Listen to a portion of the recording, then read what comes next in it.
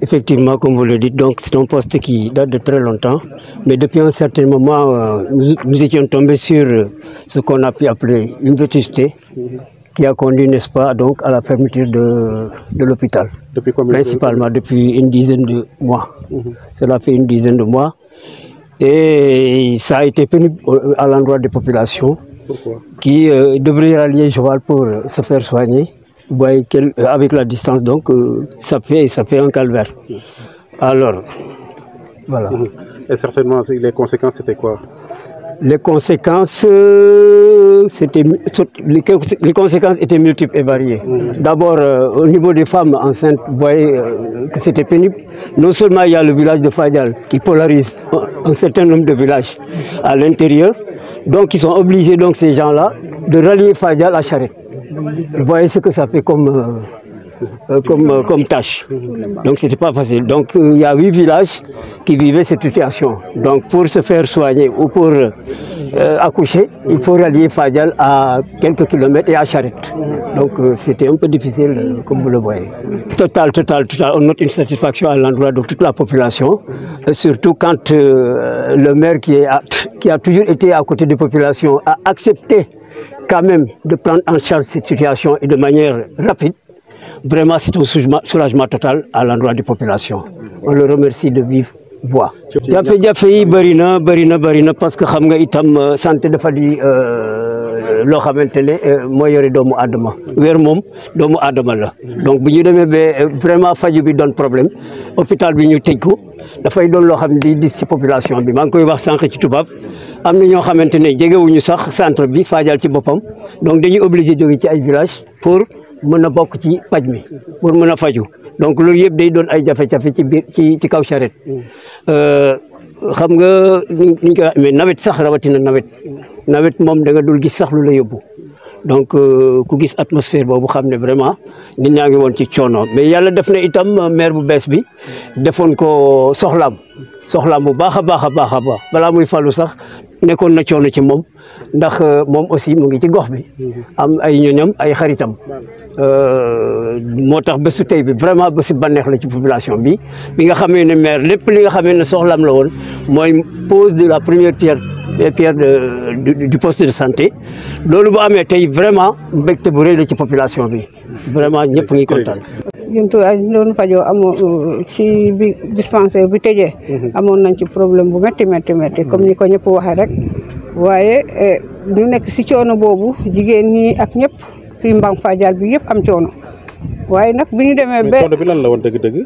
coono bi ma nekkoon faj bu métti bi ndax boo buggee faju te dispensaire bi sori la wala dispensaire bi tëj nga bugg a jóge fii dem Joal day métti lool da doon métti si nit ñi surtout man mi nga xam ne maa fi nekkoon métti woon na lool ci man parce que dama doon évacuer rek chaque jour ma évacuer te loolu métti woon na ci ñun loolu nag vraiment bi ñu ñëwee ba monsieur le maire ñëw boobu jotagul maire bi sax mu taxaw ci tànkam taxaw ci bu baax a baax wax dëgg yàlla fexe ba dispensaire bi ubbi fexe bu ñu am lu woon fu sage-femme bi toog mu dem loué benn kër pour sage-femme bi toog foofu pour liggéey bi mun a taxawaat loolu def na ko mu ne nag def naa loolu waaye dinaa tabaxaat dispensaire pour nit ñi mun a am accès ci dispensaire ci liggéey bi moom la def si ni tey teg ci pierre bi vraiment ñu ngi koy sant di sant population bi sant ñëpp di sant ñi nga xam ne ñoo fi ñëw yëpp ak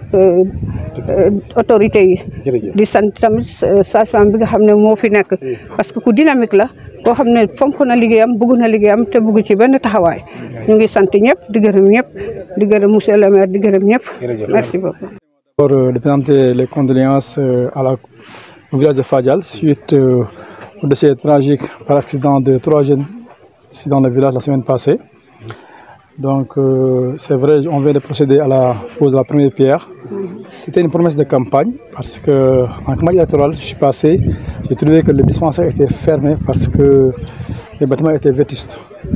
Et en campagne, j'ai promis à la population qu'après mon élection, je viendrai pour construire un dispensaire ici au niveau de Fadial. Et donc la priorité pour moi c'était ça. Et lorsque, après mon élection, je me suis je suis allé trouver des financements et voilà, donc ce que j'avais promis est fait. Voilà. Le coût global de la le coût global est de 30 millions. C'est 30 millions de francs CFA que nous avons mis donc pour dans le poste de Fadial. Pour combien de temps la construction? 3 mois. Je viens de voir l'entrepreneur, je voulais qu'il écourte le délai, mais de toute façon c'est 3 mois. Dans 3 mois on va revenir ici parce que lui c'est un gars qu'on a connu parce que dans le passé il a construit un mur d'une école sur un temps record. Et je pense, j'espère qu'il fera la même chose ici pour véritablement donc terminer les travaux dans les délais. Après la santé, j'espère que vous allez attaquer la sécurité, en fait l'électricité, vu que l'axe Fadial Joal, un peu avec l'obscurité qu'il a, j'espère que ça dépend aussi. L'électricité?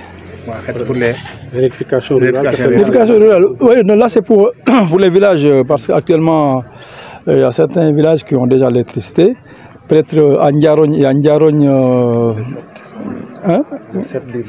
Voilà, les 7 villages d'Imbang Fadial sont électrifiés. Donc je pense qu'actuellement, il reste la zone nord au niveau de Nguyen où il n'y a pas d'électricité. Mais nous, notre problème actuellement, ce dont on doit s'atteler, c'est de faire sorte que la route Joal-Sambadia, qu'on puisse mettre des dos d'âne. Parce qu'il y a beaucoup d'accidents et c'est dû à quoi? Parce que les gens roulent de vive allure.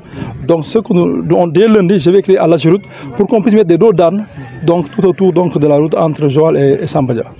Voilà. Voilà, monsieur le maire, gannaaw ba nga tegee xeer bu njëkk fii dafa nekk loo xam ne diggoon nga leen ko ci jamono bi de campagne fii.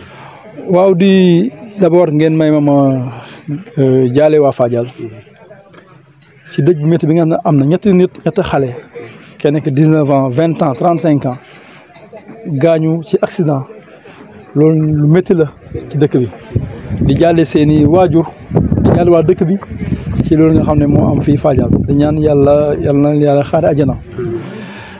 Effectivement tey dañoo ñëw pour def pose première pierre poste santé bu Fadial parce que may ñëw campagne électorale élection locale yi dama ñëwoon fekk poste bi tëjee ay weer parce que bâtiment dafa màggetoon ma xamal ne leen kat su ma ñëwee nañ fexe ba poste bi ñu defar ko bi ñëwee aussi gis nañ aussi ne am na bâtiment fi desoon mais amuloon sage-femme bi wala infirmier bi waroon nekk amuloon logement bi ñëwee xam na si tànku tey benn bi gis préfet bi ba mu signé ordre de service pour kooku bañ utal kooku logement ba mairie bi ñu ñoo koy fay li desoon nag mooy ut defar dispensaire bi donc ut financement dem am financement suñ priorité moo doon Fadial comme diggoon nañ ko par campagne il faut ñu def ko parce que Fadial day polariser lu mot 8 villages yi fi nekk yëpp soo jëlee tey Bagana Olof Bagana séeréer Njaaroñ Olof Njaaroñ séeréer Lewna Vélingara ñeenu sama coro ñëpp fii la ñuy ñëw di faju si kon nag loolu ko warul tëj wax dañoon jógee ñoom di fii di dem ba Joal ma ñëwee loolu lañ njëkk a réglé donc yàlla def ñu am financement bi tey lañ def première pierre bi kon liñ digge woon mun nañ ne suñu jaan wàccagum na àggugul na mais des daa nga parewul nag wàccagul mais donc wàccagum na tey ñetti weer la wax naa li entrepreneur bi nag pour mu gën koo baral fast track mais waaw ñu ngi ciy xalaat ñoom dañ ci xaalis 30 millions la 30 millions lañ débloqué pour fii poste bi mun a am fii au niveau donc de Fadial. Voilà.